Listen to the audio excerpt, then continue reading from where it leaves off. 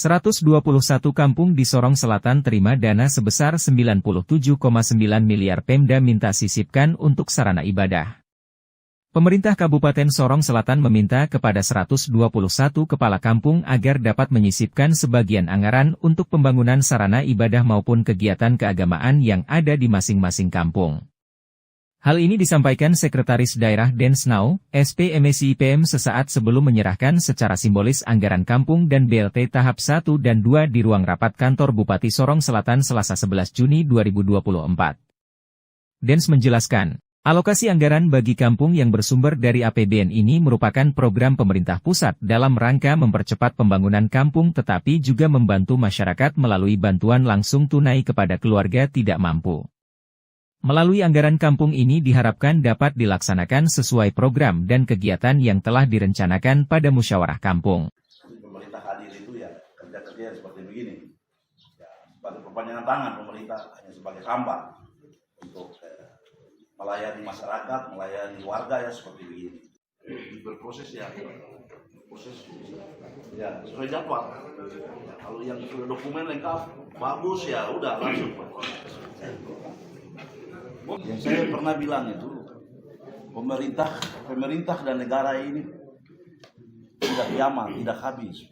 Pemerintah negaranya ada, jadi pasti akan diurus baik. Kalau memang sudah ada uang ya dibayar, kalau belum ya Bapak dan sabar.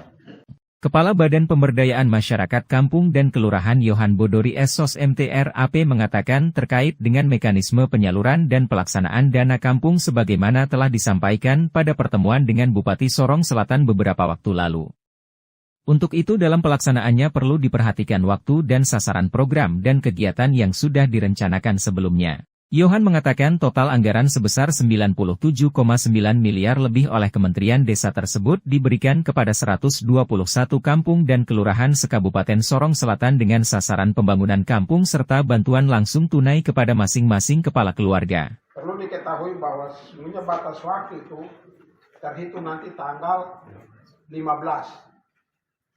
Juni ini sudah semua aktivitas itu sudah istilahnya pintunya sudah ditutup.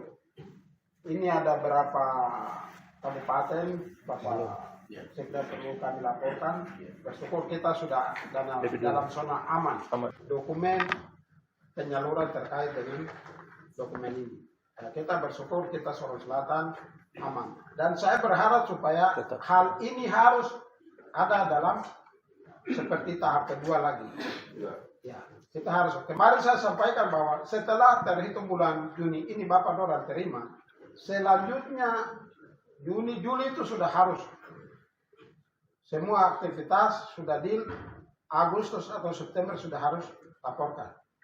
Sehingga di bulan November itu sudah pasti kita bisa melayani. Karena tidak bisa lewat dari 31 Desember. Takutnya kondisi yang terjadi seperti yang lalu-lalu. Oleh sebab itu, pada saat Bapak Dora mau laksanakan, harus laksanakanlah hal-hal yang sifatnya swakelola. Kegiatan yang sifatnya swakelola. Kemudian nanti hal yang sifatnya fisik, program-program yang membutuhkan program fisik nanti di tahap kedua. Orang juga sama. Tetapi untuk memverifikasi, maka Bapak Dora harus datang ke pendamping, setelah itu pendamping menyampaikan ini. Nah kalau bagian ini Bapak Dora sudah laksanakan, akan kita tidak ada istilahnya yang ini yang dahulukan, tapi tentu.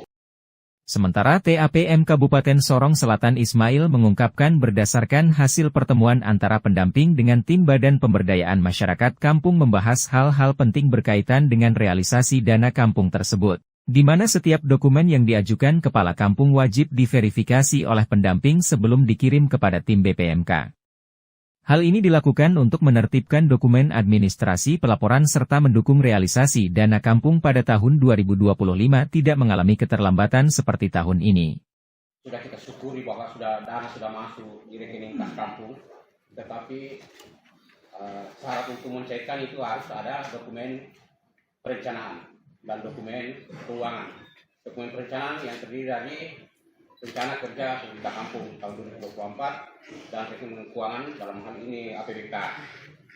Dan sesuai kesepakatan antara Dinas Pemberdayaan dan pendamping bahwa sebelum mendapatkan rekomendasi, dokumen itu harus masuk lewat pintu pendamping di dalam hal ini pihak kabupaten untuk kita periksa dan checklist. Ketika sudah dinyatakan layak, baru bisa mengajukan dokumen itu ke Dinas Pemberdayaan. Supervisor Ban BRI Yeni Rampa M. menambahkan terkait dengan proses pencairan dana kampung melalui Ban BRI tentu saja akan direalisasikan apabila memenuhi persyaratan akan diproses sesuai SOP yang berlaku pada Ban Rakyat Indonesia. Namun sebelum realisasi ini meminta kepada seluruh kepala kampung dan bendahara dapat memperhatikan kelengkapan dokumen serta petunjuk teknis yang telah disampaikan Badan Pemberdayaan Masyarakat Kabupaten Sorong Selatan. Berdasarkan ketersediaan baku dana pada kas Ban BRI Cabang Teminabuan hanya mampu melayani 8 miliar per hari. Demikian hal ini dapat disampaikan untuk diketahui Bapak Ibu nasabah Ban BRI. Di dalamnya ada persyaratan untuk pencairan dana kampung. Yang pertama, rekomendasi dari Dinas Pemberdayaan Masyarakat Kampung yang ditandatangani cap basah langsung dan tanda tangan basah dari Bapak Yohan Godori. Jadi kalau itu tidak asli, kami minta maaf, kami tidak terima. Terus yang berikut, KTP asli Bapak Kepala Kampung dengan bendahara kampung dan disertakan dengan kartu contoh tanda tangan yang biasa kita sebut spesimen tanda tangan. Itu wajib datang bawa, karena paling sering datang itu kita ribut hanya gara-gara spesimen di sini. Karena terus terang teman-teman di kantor itu kan sering terjadi mutasi atau pergeseran pekerja, jadi mereka tidak hafal mana yang Bapak Kepala Kampung ini, itu wajib bawa ya. Jadi tidak usah lagi ada permasalahan yang timbul di situ hanya karena minta rekening koran dan pencairan dana kampung, tidak boleh diwakilkan. Terus NPWP di sini biasanya dipakai mungkin kepala kampung punya NPWP atau NPWP kampung. Terus yang berikut nanti kami juga tunggu jadwal dari dinas karena kami pembagian sesuai penjadwalan. Jadi nanti kampung-kampung yang sudah dijadwalkan itu yang bisa datang pencairan. Terkait dengan mungkin sudah lengkapnya administrasi di dinas dan kami pun siap dengan dana yang tersedia di kantor karena kami punya paku kas di brankas kami kan terbatas 8M. Makanya dari di situ kami cuma bisa sediakan dana sebesar paling sehari kami tidak boleh melampaui lewat dari 8M. Jadi